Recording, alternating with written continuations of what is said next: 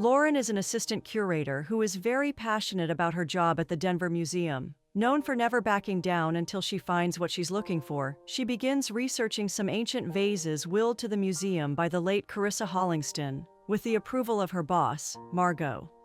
After intensive research, she eventually discovers a missing piece and rushes to inform Margot in excitement. However, her enthusiasm is cut short when Margot reveals that Carissa's great-nephew, Grady, is challenging the will.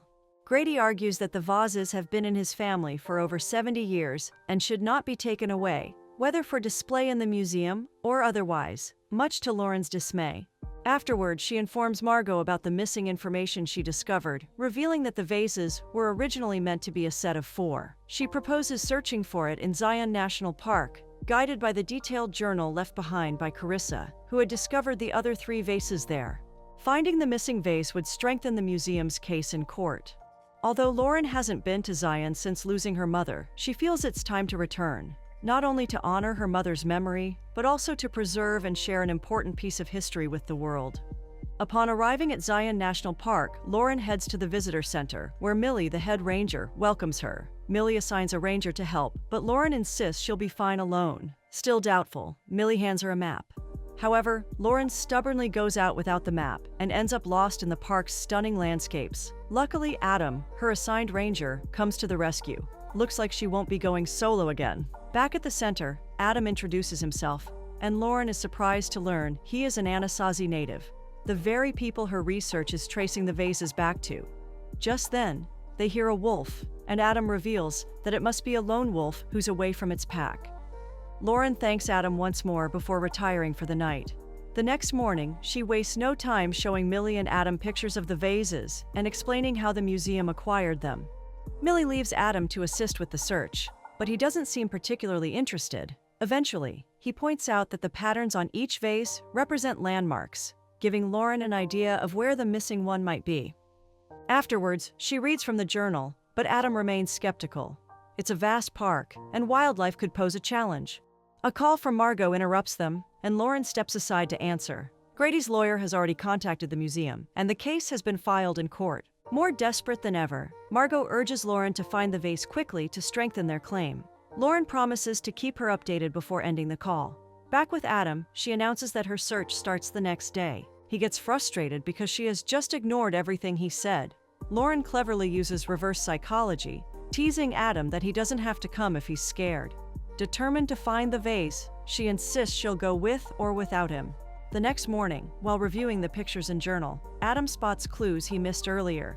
He explains that each symbol represents a stage in a newlywed's life. Excited but still unsure what the missing vase was meant to carry, Lauren keeps digging. Seeing her dedication, Adam finally decides to help and offers to take her to someone who might have more answers. At their destination, they meet Tate, Adam's younger brother, who greets them before Adam leads Lauren into the canyons. He introduces her to their grandmother Kaya, explaining that she knows more about Anasazi culture than anyone. Kaya invites Lauren to dinner, offering a chance to answer her questions before heading off. Back in the car, Lauren admits she doesn't have time for dinner because she needs to find the vase quickly. Adam, sensing she's holding something back, grows curious. Lauren quickly deflects, insisting she's just doing her job. Adam eventually convinces her to attend dinner. She can't begin her search without National Park Service's approval anyway. During dinner, she compliments Kaya's famous soup while Adam and Tate engage in playful banter. Tate is more modernized, while Adam remains deeply connected to their culture. Afterward, Kaya shares the soup's history, leaving Lauren in awe. Suddenly, Kaya mentions the wolf, cryptically stating that they are far from home. Lauren doesn't quite understand, but moves on, showing Kaya the vase pictures. Kaya confirms their ancient origins and acknowledges the hidden passage mentioned in Carissa's journal. Though she has never ventured that deep into the wild, Kaya recalls her father's stories about the lost village, explaining that it takes 3 sunsets, which is 3 days, to reach. Quite the journey. Before they leave, Kaya hands Lauren a spirit guide for protection. Despite her initial hesitation, Lauren accepts it and expresses her gratitude. Arriving back at the cabin, Lauren wonders if Kaya's stories about the vases are true. Adam assures her that Kaya is rarely wrong, so that should mean something. She offers him a way out of the search, but he seems intrigued now. As a ranger, Adam is eager to see the hidden passage for himself. Lauren also reflects on Kaya's cryptic mention of the wolf. Though Adam doesn't know its meaning, he believes it must be important. Back in her room, Lauren gets inspired by the spirit guide and journals her day. The next morning, Adam arrives with possible good news. Millie wants to see them about the search approval, making Lauren thrilled. Millie grants them approval for the journey, admitting she had to cut through a lot of red tape. Grateful, Lauren thanks her. Though Millie feels uneasy about the trip and insists Adam carry a satellite phone. Folklore evolves over generations, and details can get lost, but Lauren remains determined to uncover the truth. While packing, she calls Margot to update her, warning she may be out of cell service for up to a week. Margot is worried about her safety, but Lauren is set on finding the vase no matter what. Just then, Adam honks, prompting Margot to tease Lauren about him before ending the call. With everything set, she and Adam begin their long hike to the Lost Village. Meanwhile, at the museum, Grady attempts a peaceful agreement with Margot, specifically requesting Lauren's presence for a meeting. Unbeknownst to her, he's only fishing for information. It turns out that Dr. Sandler from the Atlantic Museum of Natural History has also researched the vases and discovered the existence of another one. Dr. Sandler tells Grady that if the museum finds the missing vase and proves its connection to the others with authenticity from the original tribe, the court will likely rule in their favor. However, Sandler has a copy of Carissa's journal and reveals he knows where Lauren is headed. It looks like she and Adam are about to have unwanted company. Meanwhile, Lauren tries to gather more details from the journal on her laptop, but Adam urges her to close it and enjoy the view. He already knows the park well enough. Adam remains uneasy about Lauren's museum taking the vase, insisting it belongs in the Anasazi Museum. He also suspects she's hiding something, but she quickly deflects. That night, as they set up camp, Adam points out the North Star, explaining it always leads one home. Lauren is captivated by the view, and the moment between them feels intimate and sweet. When Adam asks about her life in the city, she says it's fine, but he can tell she longs for Zion.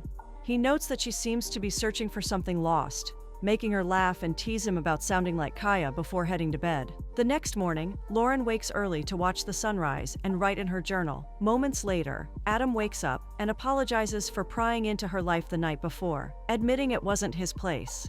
With that settled, they prepare to continue their journey. While climbing a steep path, Lauren trips and twists her ankle.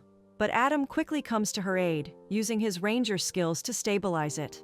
Just then, a helicopter flies low over the park. Concerned, Adam calls in to check for emergencies. Millie reassures him it's just a last-minute photographer doing a cover on the park. It seems Grady has already arrived in disguise. That evening, as Adam gathers firewood to set camp, Lauren spots a rattlesnake beside him and quickly warns him to stay still. With tension high, she throws her jacket over the snake to cover it. Adam immediately takes action, using a stick to lift and toss it into the valley. That was such a close call. Relocating to a safer spot, they set up camp, and Adam expresses his thanks to Lauren for saving him. Curious, she asks if he visits Denver often since he mentioned the museum. He admits it was his girlfriend's idea. Before Lauren can overthink it, Adam quickly clarifies that he and his girlfriend broke up shortly after visiting the museum. He asks about her love life, but Lauren is too caught up in work to date. Adam remarks that it's good she's here with him, making the moment between them intense. The next morning, they discover the same symbols from the vases carved into the canyon walls. Excited, Lauren realizes they're close to the hidden passage and insists Adam take a selfie with her. Noticing her deep investment in the project, Adam asks why it matters so much. Lauren finally opens up, sharing that the park was a huge part of her mother's life and became ingrained in her as well. Her love for the park led her to work at the museum, hoping to find and protect Anasazi artifacts. Adam wonders why she stopped visiting Zion, and she admits it became too painful after losing her mother, since Zion reminded her of her loss. They finally discover the labyrinth leading to the hidden passage and excitedly head in to explore, only to find Grady and his team already there. Shocked, Lauren rushes to confront Grady, while Adam, confused by the encounter, waits for answers. Grady and Dr. Sandler reveal they've already found the fourth vase, leaving Lauren stunned. Lauren quickly explains everything to Adam, revealing Grady's identity and intentions. She insists that any artifacts found in Zion belong to the Anasazi Museum, but Grady refuses to agree. He smugly points out that the Anasazi Museum would take too long to go through the proper channels, making it easy for him to act first. Lauren pleads with him to do the right thing, but Grady questions whether her museum would have handed the vases over immediately or used them for their own gain. Either way, the decision isn't hers to make. Before leaving, Grady offers Lauren a seat on the helicopter, making Adam storm off in disappointment. Lauren assures Grady that he won't get away with his plans before rushing after Adam. She tries to explain the situation, but he refuses to listen.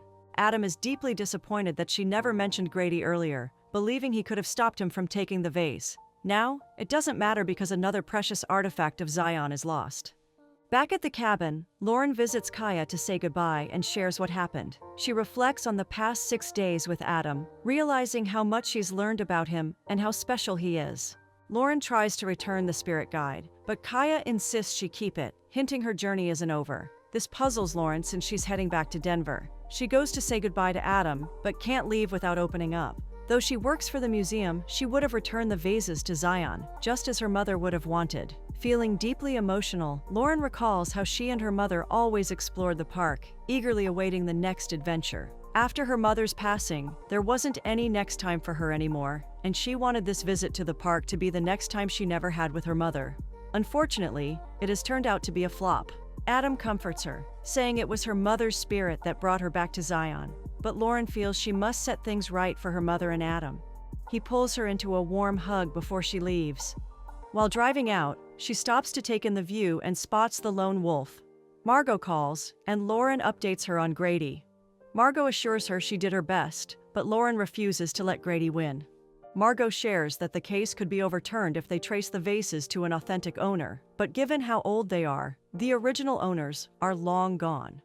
Lauren realizes they could trace the bloodline to a descendant of the Anasazi family who made them. Their strong tradition of family history makes this possible with deep research. With a newfound conviction, she tells Margot she's staying in Zion for a few more days. Margot urges her to be careful before hanging up. Turning her car around, Lauren rushes to share her idea with Adam. He immediately enlists Tate's help to trace the lineage through digital records. Millie also delivers a box of documents, and they all begin to search through the archives for descendants. The next morning, Adam rushes to Lauren's cabin with bad news. Kaya is lost in the canyons, which has never happened before. They search frantically while Tate tries to find cell reception to call Millie. Eventually, they spot Kaya standing high on the canyon, pointing to carved symbols. Lauren is shocked to learn that the final vase symbol represents love, which was the missing piece all along. Back home, Kaya reveals that her grandfather carved the canyon symbols and shows them old photos. The vases were made by her family, making her the direct descendant. She shares her grandfather's written history of the vase's creation. With this proof, the Denver Museum wins the case, forcing Grady to return the vase. At a small ceremony, Adam reads the history aloud, and Lauren invites Kaya to unveil the long-lost vases, now back with their rightful owners. Kaya whispers to Lauren, telling her that her journey is over, and she has found her home. This leaves Lauren in deep reflection. Finally, she and Adam embrace the undeniable love that has blossomed between them throughout their journey in Zion National Park. It seems they found their happy ending after all.